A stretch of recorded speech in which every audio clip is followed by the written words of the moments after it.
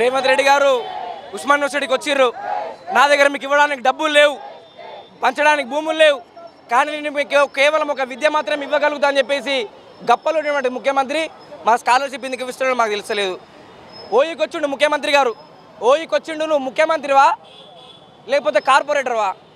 నువ్వు ముఖ్యమంత్రి, ఇంటెలిజెన్స్ వ్యవస్థ, పోలీస్ వ్యవస్థ, ప్రతిదీ ఎస్బీ స్పెషల్ బ్రాంచ్ అన్ని దగ్గర ఉంటాయి. నేను ఇంటెలిజెన్స్ లేదా నీ దగ్గర? యూనివర్సిటీకి ఏం కావాలి నీకు తెలియదా? అనేక సార్లు మా వీసీ హైయర్ ఎడ్యుకేషన్ అధికారులు సీఎం దగ్గరికి వెళ్ళి విన్నవించారు, మాకు ఇది కావాలి, మీకు అది కావాలని చెప్పేసి.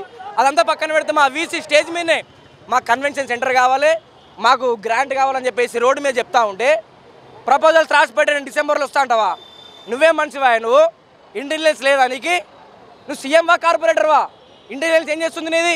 Intelligence report ఇస్తలే.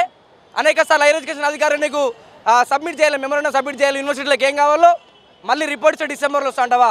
నువ్వు డిసెంబర్లో వచ్చేయలేదు, చచ్చేది లేదు.